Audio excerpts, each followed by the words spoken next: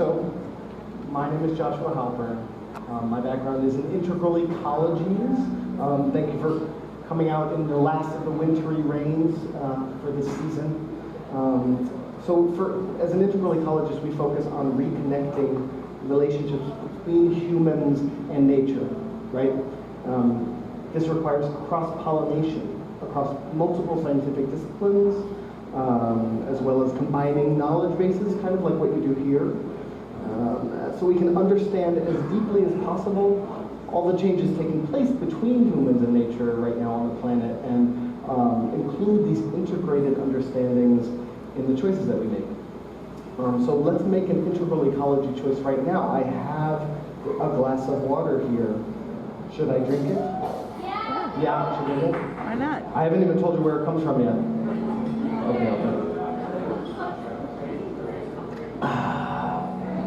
Okay, so tonight we're going to trace that water all the way to its source. The first thing I'm going to reveal right now is that the first place it came from is the Club 21 bathroom sink. And I have to say I'm beyond grateful for this sink because it gives me water to drink, and without that I would be dead in a couple of days.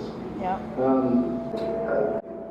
We have, some of you may have heard we have, is that okay? You want me to do? Your head is very large. That's not the first time I've heard that. Oh. Is that good? Okay. Yes. Sorry about the feedback. Okay. So some of you may have heard we have other reasons to celebrate here tonight. We are officially out of the drought.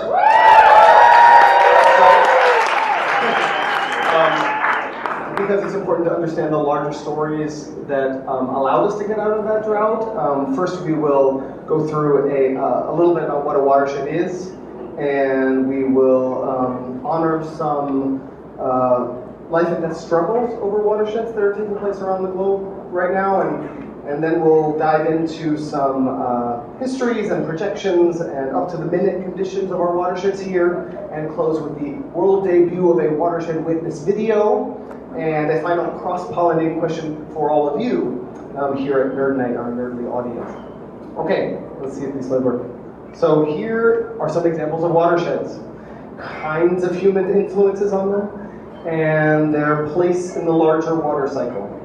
I teach gardening. One of my jobs is I teach gardening to elementary school kids, and one lesson, as Anne-Marie said, is that we try to impart that we are all downstream from each other. This over here is the kids, I think they have that guy, and that snowball, that's from the top of Mount Diablo. So I brought that down, one of the rare Bay Area snowstorms, and the kids were like, whoa, snowball, and like pass it from the top of the play structure to the bottom, recreating the water cycle. You know, they taught themselves about the lesson of yellow snow. And, peeing is an integral part of our personal experience of the watershed. So is jumping in puddles. To offer a more global scale, the Himalayan glaciers. Seriously, globally, I look at that photo. By the year 2100, at least a third glacier loss is already locked in. Okay, so 10 major rivers flood, and then dry up. Some of these rivers are foundational to the complex cultures and communities that they flow by, right? These are things that integral ecologists want to consider. So to choose just one example, the Ganges River, it's considered sacred throughout its length by Hindus, but at Manakarnika Ghat, it flows by Varanasi, India, and this is where the cremated remains of relatives have been fed into the river every day for at least the last 3,000 years, granting moksha, or salvation, to the souls of the departed, and of course, contaminating the river at the same time. But that's a practice that's not going to stop anytime soon. These water bodies also cross disputed militarized borders. They affect countless varieties of species and the sustenance they rely on each for survival. In the case of the Himalayan glaciers, this is 1.9 billion people in 9 countries. Today, slightly more than that, 2.1 billion people, more than a quarter of the world's human population, are currently without safe drinking water. More than half, 4.5 billion, lack clean sanitation. Here's another devastating water fact. 2,000 children die every day from water-related issues. That's 2,000 kids a day.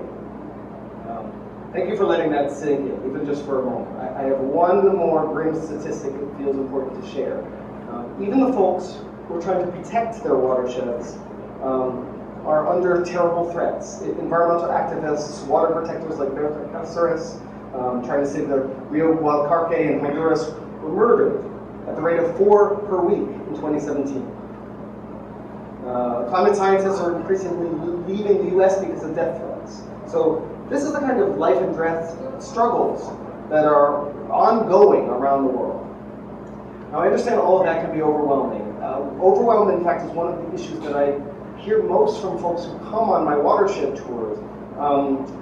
How dread and destruction and disconnection are affecting all of us these days. So what helps?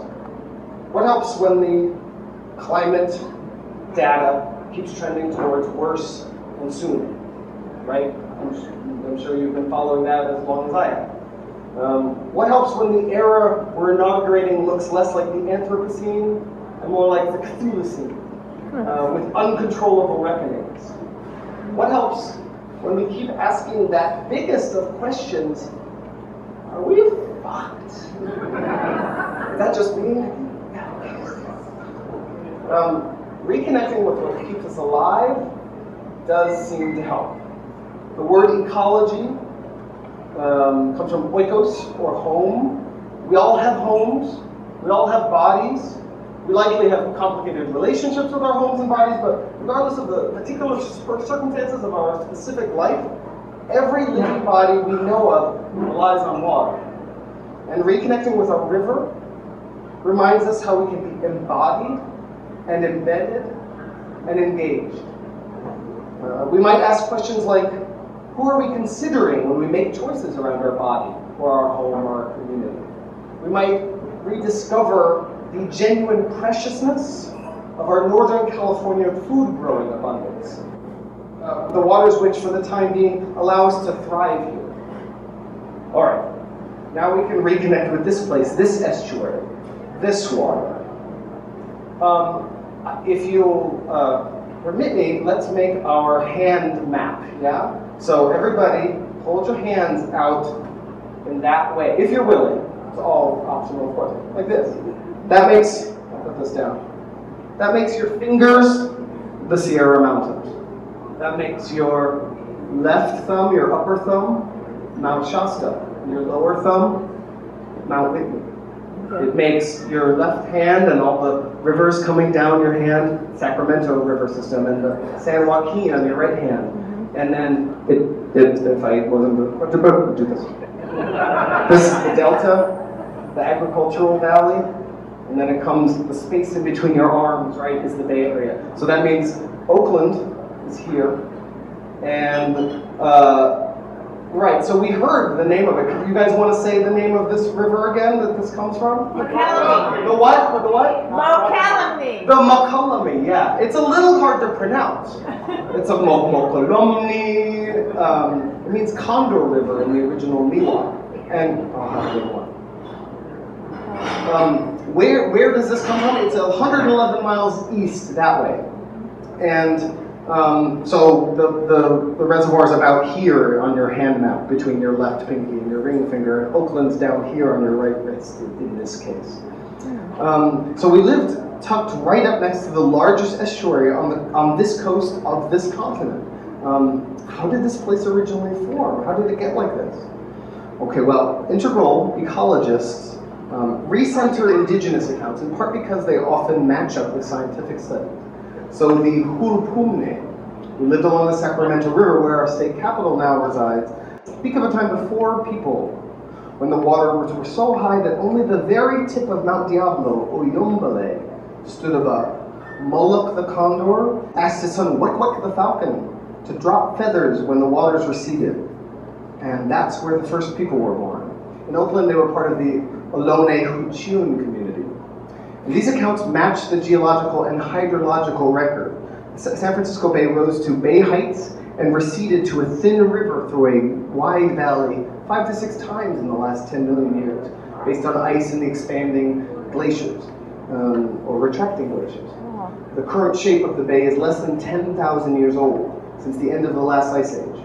Today, almost half of the state's rivers drain through that thin inlet throat of the Golden Gate. And yes, inlet throat would be a great band name, it's true.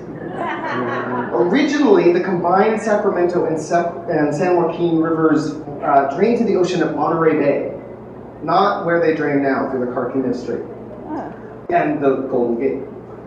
But the San Andreas Fault eventually rose the Santa Cruz Mountains enough to block off that route, creating the inland sea Lake Corcoran.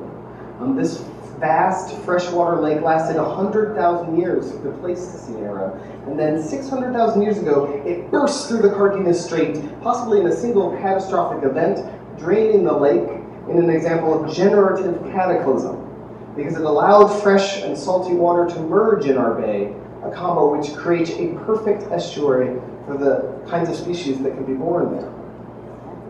Spanish explorers passed by the Golden Gate in the fog multiple times, but when they finally discovered it, over 50 villages, 425 shell mounds, populations seasonally clustered around the water, especially in Lake Merritt and in Emeryville by Temescal Creek, actually.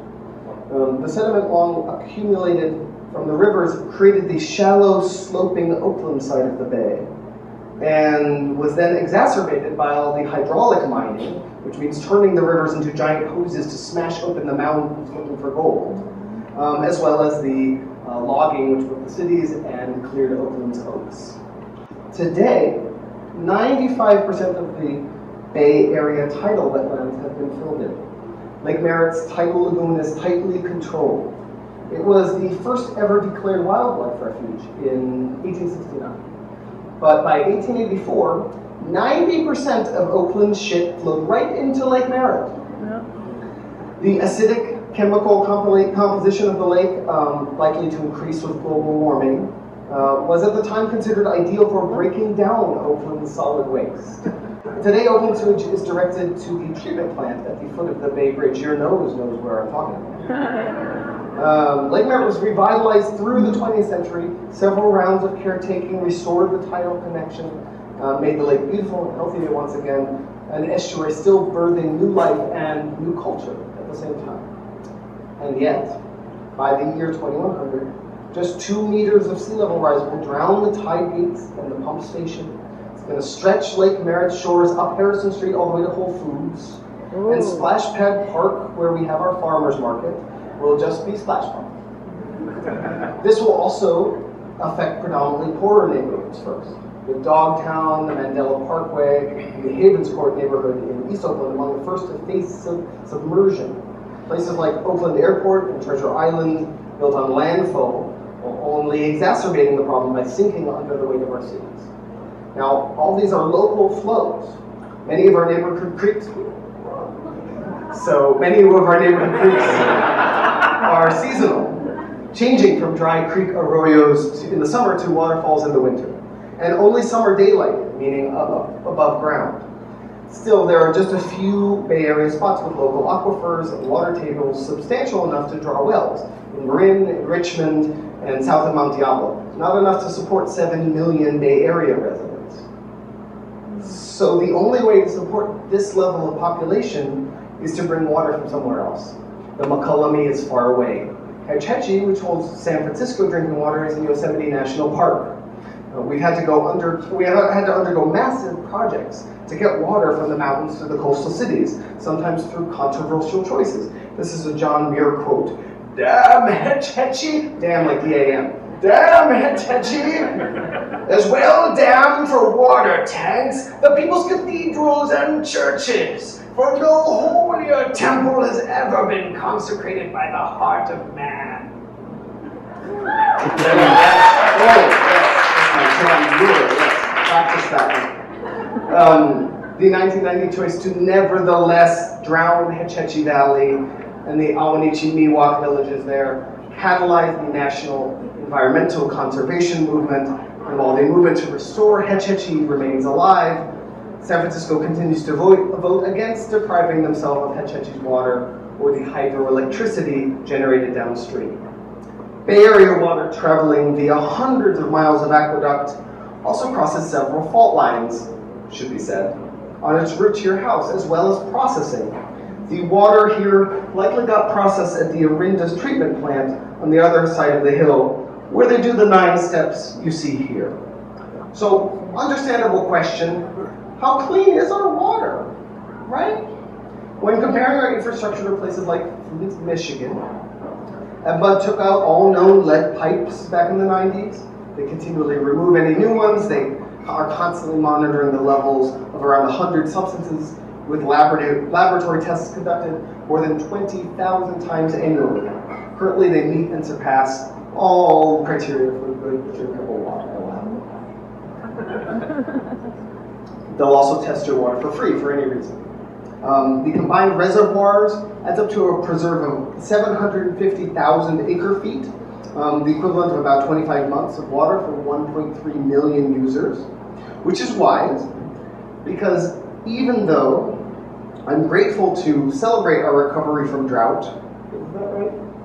Yes, okay. And I do want to not forget to celebrate good news, right?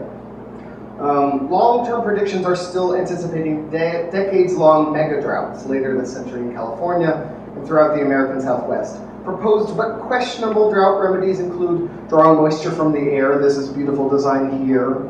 And this is like you ride your bike and you fill your water with your thing with water, which is a great idea. We'll see if it comes to fruition. Other proposed remedies include pumping groundwater from the Mojave Desert, which has been trying to happen for a long time and is maybe approved now. Though what happens to the life in the Mojave Desert is a major question. Also, draining Alaska's lakes for California cities would be a very long pipe. There are also, I just want to mention quickly, extra oceans of water trapped deep within the Earth and up in space. These are likely to remain out of reach. While we may eventually gain independence from regional watersheds, we can't ever lose connection to the longer water cycles. The only process that actually removes water from the water table is fracking. It's also worth noting, that when global weather patterns like El Nino bring us moisture, they suck that moisture from other places as far away as Australia and South Africa, meaning California's storms are range which never fell over Cape Town. These natural cycles are, of course, being further thrown out of whack by climate chaos. So between now and the mega droughts, we're talking more rain and less snow. Last winter, this trend was visible as snow dumping storms almost always followed by warm tropical rains, like the Pineapple Express that come from Hawaii, right? Which only melted the snow and added to the storm runoff. This season's winter was the wettest in U.S. history, since records were first kept in 1895. When I checked earlier today, the Sierra snowpack currently sits at 143% above average. Pardee Reservoir is at 94% capacity, and Hetch-Hetchy is at 193% over normal levels. Yes. But, of course, these reassuring numbers belie challenging cyclical realities. When we have record rains, followed by record floods, right? Followed by record growth of underbrush, like superblooms, followed by record heat, what follows are, of course, record fires. And if we don't capture and save and utilize the water, we lose it back to the Pacific. There are presidential tweets about California's water I could quote here, but they won't make it dust come blue. Choosing one side in a water battle potentially deprives the other side of actual life. So siding with farmers may wipe out endangered delta smelt. Raising Shasta Dam again likely drowns even more of the Winnemucwa's homeland and drives their Chinook salmon to extinction. Portions of our watershed stores go to support the Winnemucwa and their relationships with their salmon. Gavin Newsom, in his first State of the State, suggested he wants to move past water interest dichotomies like North versus South, fish versus farms, and he's downgraded the water fix project from 2 controversial delta tunnels to 1. Over the long term, however, the fragile delta ecosystem is continuing to unravel, compounded by the forces of sea level rise, salinization, and subsidence, which in 2014 caused the Central Valley to sink 2 inches a month from over-depletion of the water tables. So it may not be too long before Lake Corcoran, which at its largest stretched 19,000 square miles from Reading to Bakersfield. And before that lake steadily returns. Now we're about to debut our Watershed Witness video, which features music from Oakland's own Tune Yards. Yes, and I have the rights for it and everything. But here's a quick origin story of Watershed Witness tours, and our new website, watershedwitness.com, is up if you want to check it out or go on tours, and there's postcards available here tonight as well. Tours starting up in spring, whenever meets your schedule. In 2015, at the bottom of the drought, I had a rare weekend off and I wanted to camp by a river. So many gorgeous Northern California rivers, right? Which one should I visit? And then inspiration washed over me. Under which river am I currently showering? The mighty Mo. Okay. I drove an hour to the end of the Mokelumne River. I had lunch at Pirate's Lair Cafe. Another hour to the reservoir, and it's shockingly low. 2015, right? I feel the urgency of getting folks out there before their river dries up. But then, thank goodness, the rains return each winter. And so the wetness part changes every season. And each part of the river has unique lessons, if you're willing to learn. This video offers some examples of that. So if I just play this, it should work? Let's try it. Can you see it? Can't see it. I will let you help me. It's 3 minutes, but it's thrilling. So I think you'll be able to get through it. And then we'll have 1 more minute, and I'll ask you a couple questions. Just a question with like 2 parts. Because there's so many brilliant minds here tonight. And so I thought I would cross-pollinate, which is my sort of mode as a natural ecologist. There it is.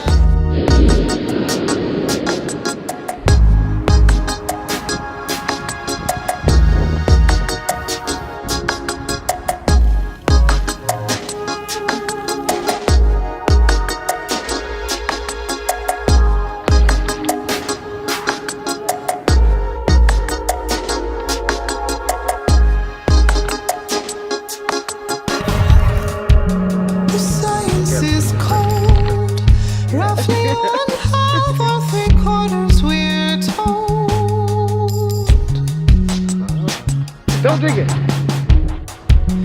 Communion is old, but what makes our community whole? So much is invisible to me, so much I may not ever see. Who are you? Who are you?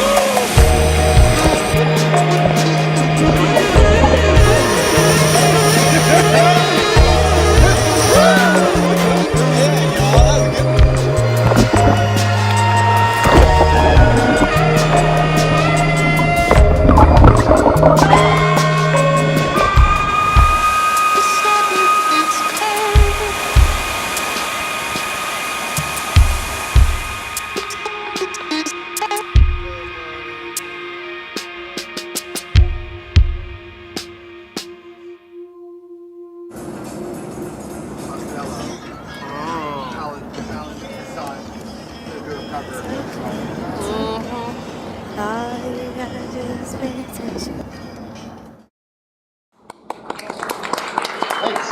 Yeah, we just finished on that. Okay, so I just want to take one more minute with you guys. As soon as I get my slides back up. So as an integral ecologist, I'm on the lookout for connections. And I want to say I'm not ashamed to reach the limits of my knowledge. In fact, it's curiosity and awe and respect for all that we don't know that kind of guides me. So, if we can keep learning how to connect through the living support systems like our watersheds to the extended community of life, that can offer us solidarities and courage in the face of uncertainties. So with this in mind, I want to take the opportunity to put forth a question to all of you, and I'll answer questions and you can answer questions, we can go back and forth. So these are my pictures that I want to show you, and some of them are watersheds. These are watersheds. But some of them look like watersheds, but they're not watersheds, they're teeny, or they're human-sized, or they're ecological sized, or they're even cosmic, right? So these kind of look like each other. And so I'm wondering, I don't want to make assumptions across scales that I'm uncertain of, but my question to you is, what's happening here, right? Math. What are the implications if watersheds and starsheds and brainsheds flow in similar branching patterns? Or if they connect place and space and support life in what appear to be complementary ways? Can this teach us anything about how we might connect across our human scale? Okay, so we've reached the end of our tour. Several folks who've attended a Watershed Witness tour afterwards say they now say hi to the Mokelumne when it comes through their faucets like an old friend. I know you're not supposed to cheer us with water, but here's to our old friend H2O. The beer contains water too. May we all flow on together.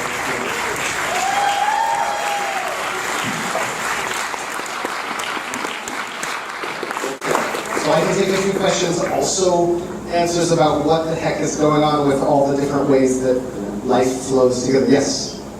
What was the status early on of where the Colorado went into the Gulf of California? Are you talking about the lake that went into the Colorado? The very northern tip of the Gulf of California is just a spider web of mud now until it gets to deeper water. But it wasn't like that always, was it? The rivers changed pretty dramatically. I'm sorry, thank you. So he's asking about the Colorado River and how it changed. Am I right? And that there's mud coming out of it now, but it wasn't always that way?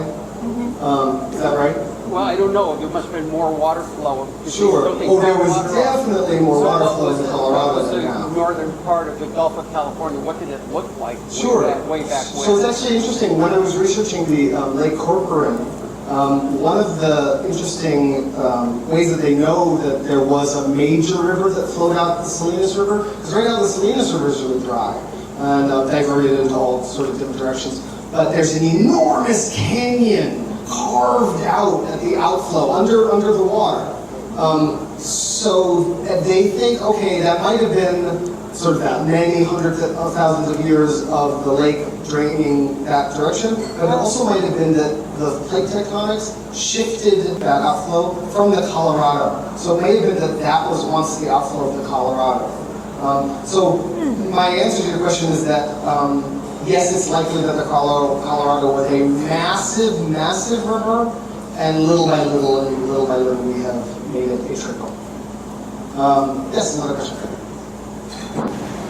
Yes, no. Yeah, the desalination, he's asking about desalination and whether it has potential. The desalination plant in San Diego is the largest one in the Western Hemisphere, and it does something like a few 100 million gallons a day of processing, but it's hugely expensive. It's remained prohibitively expensive for a long time. Now, I just read today even that there's a new SEV, and I don't actually remember, it's like graphite or something. I should know it, obviously, and if it becomes a viable option, then we'll all hear about it, presumably. But they're really trying to say, we have so much water. One of the slides, which I didn't talk about, references that it's only 0.3% of the water on the planet that we have access to. So there's all this water, which would be great to drink if we were able to get to it. Another question? Yes?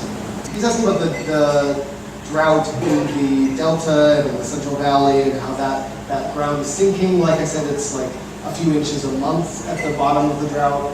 There are methods of like flooding vineyards and agricultural spaces in a way that might let it sink down. But it depends on what scale you're talking about, because there's personal things that we can do. We can do rainwater catchment. We can try to sort of divert our bit of land to kind of collect as much water and replenish those aquifers as much as we can.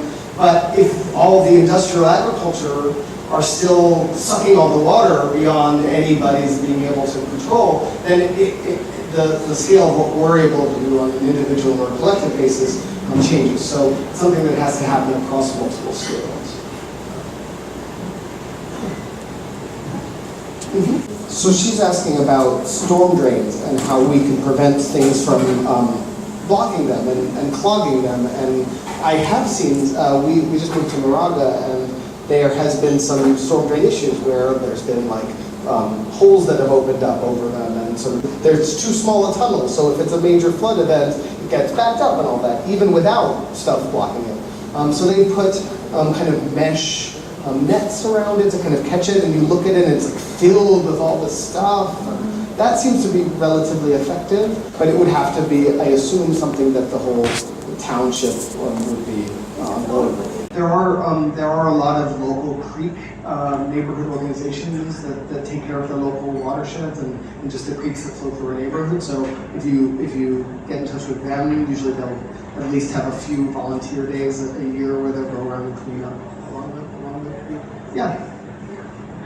Any comments on flood zones and how raw they are given climate change and increases like How what they are?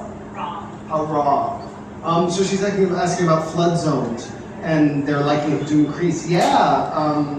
The thing about sea level rise is we kind of imagine it like, but there's storm surges. Yeah, there's encroachment. Alameda is going to be one of the first spots. Anything west of San Pablo in Berkeley is likely to be pretty soon. My mom lives in Miami Beach, and they do things like on the Whole Foods side of the street, they raise the sidewalk so that the Whole Foods doesn't flood. But on the other side of the street, the sidewalk's in the normal spot. So I guess that helps the Whole Foods for like a minute. I'm not sure that that's a long-term solution, especially with Miami Beach, where it's limestone, so the water soaks up from all directions. And that'll be one of the first cities, including Bangladesh and some other delta cities, that are going to be underwater, unfortunately. We're going to have to move around a lot of people. The vast majority of our habitation is by water systems, by oceans and by rivers, and if those aren't able to be lived in long term, then I didn't get much into the climate grief. I went there a little bit because it's important to me to offer that as part of what I'm bringing, but solastalgia is the word that means the homesickness you get as your home is disappearing around you, like while it's happening. And that's a particular kind of grief that comes in with things like floods and things like when the whole area is blanketed by wildfire smoke and that kind of thing. There's acute versions of it, and then there's this slow, dreaded grief. And also there's ways to help, things like this, where we get together and try to teach each other and try to figure it out together. All right.